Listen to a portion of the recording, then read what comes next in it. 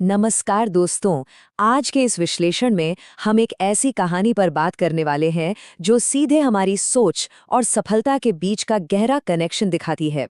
एक छोटी सी सोच का बदलाव कैसे पूरी जिंदगी पलट सकता है और सफलता का असली राज कहाँ छिपा है, यही हम आज देखने वाले हैं। तो चलिए सीधे शुरू करते हैं। आखिर एक तरफ वो लोग जिनके पास कुछ नहीं है और दूसरी तरफ वो जो महान सफलता हासिल करते हैं, उनमें सबसे बड़ा फर्क क्या होता है? क्या ये सिर्फ किस्मत है या हमारे शुरुआती हालात? आज की कहानी के स्रोत से पता चलता है कि जवाब इन दोनों में से कोई नहीं है। जवाब कहीं और ही छिपा है, एक ऐसी जगह जहां अक्सर हमारा ध्यान ही नहीं जाता। पहला हिस्सा, भिखारी की दुविधा, यानी सिर्फ मांगने वाला जीवन। तो कहानी शुरू होती है एक बहुत ही भीड़-भाड़ वाले रेलवे स्टेशन से। वहां एक भिखारी था जिसका हर दिन बस एक ही तरह से गुजरता था, लोगों से मांगना और बस अपना पेट भरना। उसने मान लिया था कि बस यही उसकी औकात है। फिर एक दिन वहां एक लंबा सूट बूट पहने एक अमीर सा व्यक्ति आता है। अब उसे देखकर भिखारी को लगा कि भाई ये तो बहुत पैसे वाला लगता है, इससे तो जरूर कोई बड़ी रकम मिलेगी। उसने बड़ी उम्मीद से अपना हाथ आगे बढ़ाया, पर पैसे मिलने के बजाय उसे एक ऐसी कड़वी सच्चाई सुनने को मिली जिसने उसकी पूरी दुनिया ही हिला दी। उस अमीर व्यक्ति ने एक बहुत ही चुभने वाला सवाल पूछा। उसने पूछा, तुम हमेशा मांगते ही रहते हो, क्या कभी किसी को बदले में कुछ देते भी हो? और जब भिखारी ने अपनी मजबूरी बताई तो उस व्यक्ति का जवाब एकदम साफ था, जब तुम किसी को कुछ दे नहीं सकते तो तुम्हें मांगने का भी कोई हक नहीं है। मैं एक व्यापारी हूं और सिर्फ लेन देन में विश्वास करता हूं। जरा सोचिए, एक भिखारी के लिए ये सुनना कैसा रहा होगा। स्रोत बताता है कि इन शब्दों का उस पर इतना गहरा असर हुआ कि वो अगले 2 दिनों तक बस बेचैन सा घूमता रहा। दूसरा हिस्सा, लेन देन का नियम, जो प्रकृति और व्यापार दोनों पर लागू होता है। और अब ये बहुत ही बेहतरीन तरीके से दर्शाता है कि 2 दिन तक लगातार सोचने के बाद उसने आखिर क्या रास्ता निकाला। तीसरे दिन स्टेशन के पास खिले हुए फूलों को देखकर उसने अपना एक नया लूप शुरू किया। पहला कदम, पौधों से खिले हुए फूल तोड़ना। दूसरा कदम, जो भी उसे भीख देता बदले में उन्हें वो फूल देना। और तीसरा कदम, पैसे और लोगों की खुशी दोनों हासिल करना। इस नई स्ट्रैटेजी का रिजल्ट तुरंत और बिल्कुल साफ दिखा। पैसेंजर्स फूल पाकर सच में खुश हो जाते थे और इस वजह से उसकी आमदनी अचानक काफी बढ़ गई। लेकिन एक और बड़ी दिलचस्प चीज नोटिस करने वाली थी। जब तोड़कर लाए गए फूल खत्म हो जाते थे तो आमदनी भी पूरी तरह बंद हो जाती थी। इसने एक सीधा सा कनेक्शन दिखाया कि जब तक आपके पास देने के लिए कुछ वैल्यूएबल है, तभी तक आपको वापस कुछ मिलने की उम्मीद हो सकती है। तीसरा हिस्सा, सोच में बदलाव और आत्मविश्वास की एक नई शुरुआत। कहानी में असल ट्विस्ट तो तब आता है जब कुछ दिन बाद वही लंबा अमीर व्यापारी फिर से ट्रेन में दिखाई देता है। भिखारी तुरंत उसके पास गया और मांगते हुए बदले में अपने फूल आगे कर दिए।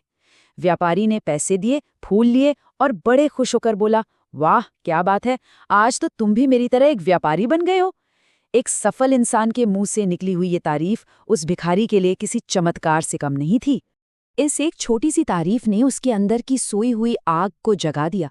स्रोत बताता है कि उसकी आंखों में अचानक एक अजीब सी चमक आ गई थी। उसने ट्रेन से उतरकर आसमान की तरफ देखा और पूरे जोश में चिल्लाया, मैं भिखारी नहीं हूं, मैं एक व्यापारी हूं। आसपास खड़े लोगों को तो लगा कि शायद ये पागल हो गया है। लेकिन उस दिन के बाद वो व्यक्ति उस रेलवे स्टेशन पर फिर कभी नहीं दिखा। वो वहां से बस गायब हो गया। चलिए अब टाइमलाइन देखते हैं कि ये सब कैसे आगे बढ़ता है। पहले दिन एक कड़वा सच सामने आया था। तीसरे दिन तक उस सच ने एक छोटे से फूलों के ट्रेड का रूप ले लिया। और अब सीधे 6 महीने बाद, इन 6 महीनों तक उस पुराने भिखारी का किसी को कोई अता पता नहीं था। और फिर होती है एक हैरत अंगेज मुलाकात।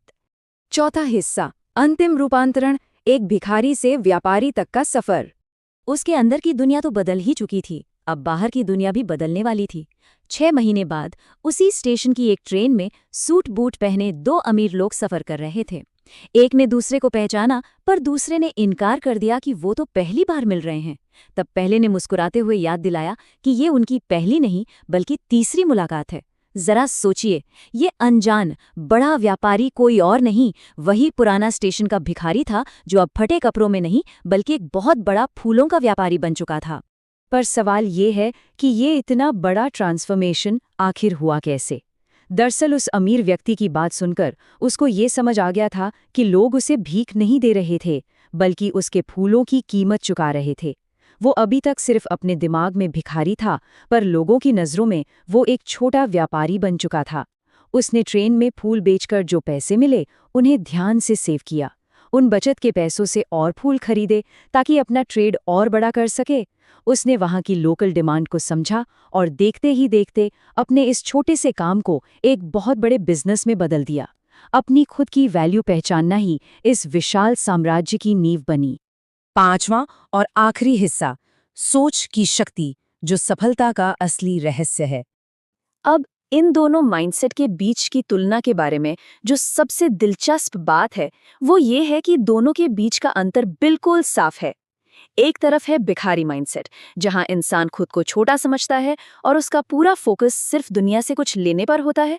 और दूसरी तरफ है व्यापारी माइंडसेट, जहां इंसान अपनी खुद की वैल्यू को पहचानता है और लेने से पहले दूसरों को कुछ वैल्यूबल प्रदान करने पर फोकस करता है।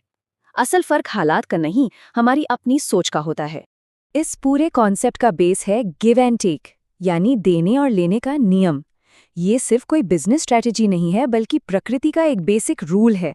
दुनिया के सबसे बड़े और सफल व्यापारी इसी फॉर्मूला को बहुत अच्छे से समझते हैं। अगर आपको कुछ भी पाना है, तो पहले सामने वाले को कुछ वैल्यूबल देना पड़ता है। बिना कुछ वैल्यू ऐड किए सिर्फ लेने की उम्मीद रखना बिल्कुल बेकार है। और यही वो सीक्रेट था जिसने उस पूरी कहानी को पलट के रख दिया। तो यहाँ सबसे बड़ा और ज़रूरी सवाल ये उठता है, अगर सफलता सच में हमारी अपनी ही सोच में छिपी है और सेल्फ वर्थ ही हमारा फ्यूचर डिसाइड करता है, तो वो कौन सा छोटा सा विश्वास या पुरानी सोच है जिसने आज महानता या कामयाबी को कैद करके रखा हुआ है? क्योंकि अगर सोच छोटी रहेगी तो रिजल्ट भी तो छोटे ही आएंगे ना। बड़ा बनने के लिए सोच का दायरा बढ़ाना ही पड़ेगा। उम्मीद है आज इस विश्लेषण के बहाने आपको जो नया नज़रिया मिला है, आप उस पर एक बार थोड़ा विचार ज़रूर करेंगे। धन्यवाद।